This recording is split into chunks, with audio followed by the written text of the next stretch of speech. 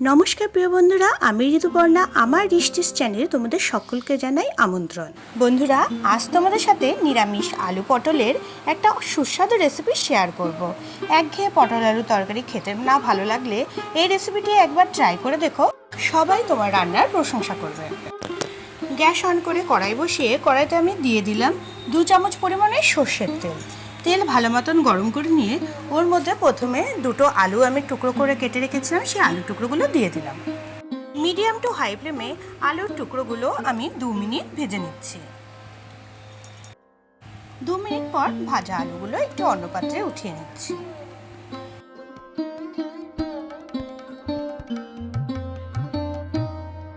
এবার কড়াইয়ে ওই গরম তেলের মধ্যে আমি পটলের টুকরোগুলো দিয়ে দিলাম। এখানে আমি 6 থেকে 7টা পটল কেটে রেখেছিলাম। পটলগুলো এবার মিডিয়াম টু হাই ফ্লেমে 2 থেকে 3 মিনিট ভেজে নিচ্ছি। পটলগুলো ভাজা হয়ে এসেছে, এবার এগুলো অন্য পাত্রে উঠিয়ে নিচ্ছি।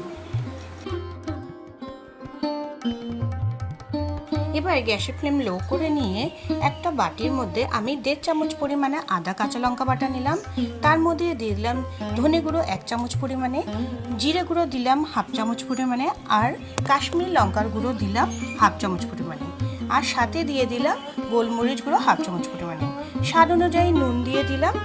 এবার সব উপকরণ জল দিয়ে ভালো মতন গুলে নিলাম।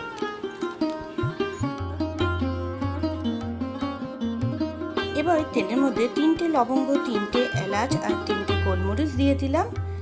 সাথে দিয়ে দিলাম একটা দারচিনির টুকরো, একটা ছোট তেজপাতা কেটে টুকরো টুকরো করে দিয়ে দিলাম, আর দিয়ে দিলাম 1/2 চামচ পরিমাণে গোটা জিরে।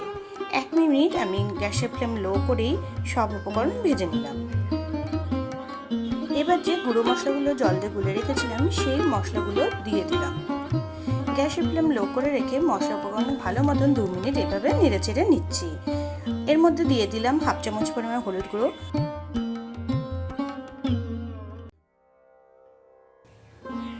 এবার ওর মধ্যে দিয়ে দিলাম 2টো মাঝারি মাপের টমেটো, আমি পেস্ট করে নিয়েছিলাম আগে থেকে, সেই টমেটো পেস্ট। টমেটো দেওয়ার পর সব উপকরণ ভালো মতন 2 থেকে 3 মিনিট আমি ভেজে নিচ্ছি। এবার 1/2 চামচ পরিমাণে কাজু আর দই দিলাম আমি এখানে 1 চামচ পরিমাণ।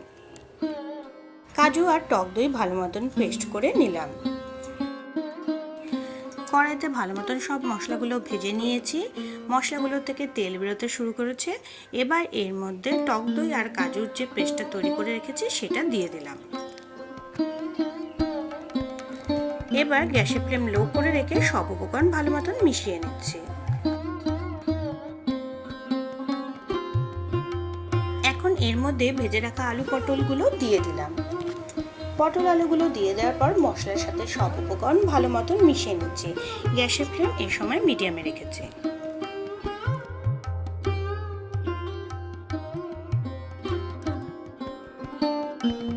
সব উপকরণ ভালো মতন মিশিয়ে নিয়েছি।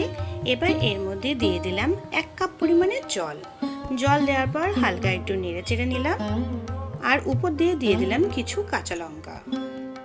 বন্ধুরা, তোমরা তোমাদের স্বাদ অনুযায়ী এর মধ্যে ঝাল দেবে। এর আগেও আমি কিন্তু আদার সাথে কাঁচা লঙ্কা বাটা দিয়েছিলাম। ঝোল ফুটতে শুরু হয়েছে। এবার এটা ঢেকে আমি 4 থেকে 5 মিনিট একদম লো হিটে রান্না করতে দিলাম। 5 মিনিট পর কভার সরিয়ে নিলাম। এবার আমি চেক করে নিচ্ছি পটল আলুগুলো ভালো মতন সেদ্ধ হয়েছে কিনা। আলু পটলগুলো ভালো মতন দেখছি সেদ্ধ হয়েই গেছে। এবার উপর দিয়ে কিছু ধনেপাতা ছড়িয়ে দিলাম। ধনেপাতা দেওয়ার পর সবকিছু উপকরণ ভালো মতন মিশিয়ে দিলাম। বন্ধুরা, তোমরা যারা রান্নাতে মিষ্টি স্বাদ পছন্দ করো এই সময় 1/2 চামচ পরিমাণ চিনিও দিতে পারো। আমার রান্না মোটামুটি কমপ্লিট। একটু হালকা 1 মিনিট নেড়ে চেড়ে নিয়ে গ্যাসের ফ্লেম এবার অফ করে দিচ্ছি। নিরামিষ দিনে একঘেয়েমি মুখের স্বাদ বদলাতে আলু পটলে এই রেসিপিটি একবার অবশ্যই ট্রাই করে দেখো, তোমাদের ভালো লাগবে। ভাত অথবা রুটি কিংবা ফ্রাইড রাইসের সাথে এই আলু পটলে এর তরকারি দারুণ যাবে। তোমরা বাড়িতে অবশ্যই ট্রাই করে আমাকে কমেন্ট করে জানিও রেসিপিটি কেমন লেগেছে। ভালো লেগে থাকলে অবশ্যই লাইক শেয়ার করে দিও, আর নতুন ভিউয়ারদের আমার চ্যানেলটিকে সাবস্ক্রাইব করে দেওয়ার জন্য অনুরোধ করলাম। পাশে বেল আইকনটিকে অবশ্যই ক্লিক করে দিও নিত্য নতুন রান্নার রেসিপি সবার আগে পাওয়ার জন্য। সবাইকে ধন্যবাদ জানিয়ে আজকের ভিডিও এখানে শেষ করছি। সবাই খুব ভালো থেকো, দেখা হবে আবার পরের ভিডিওতে।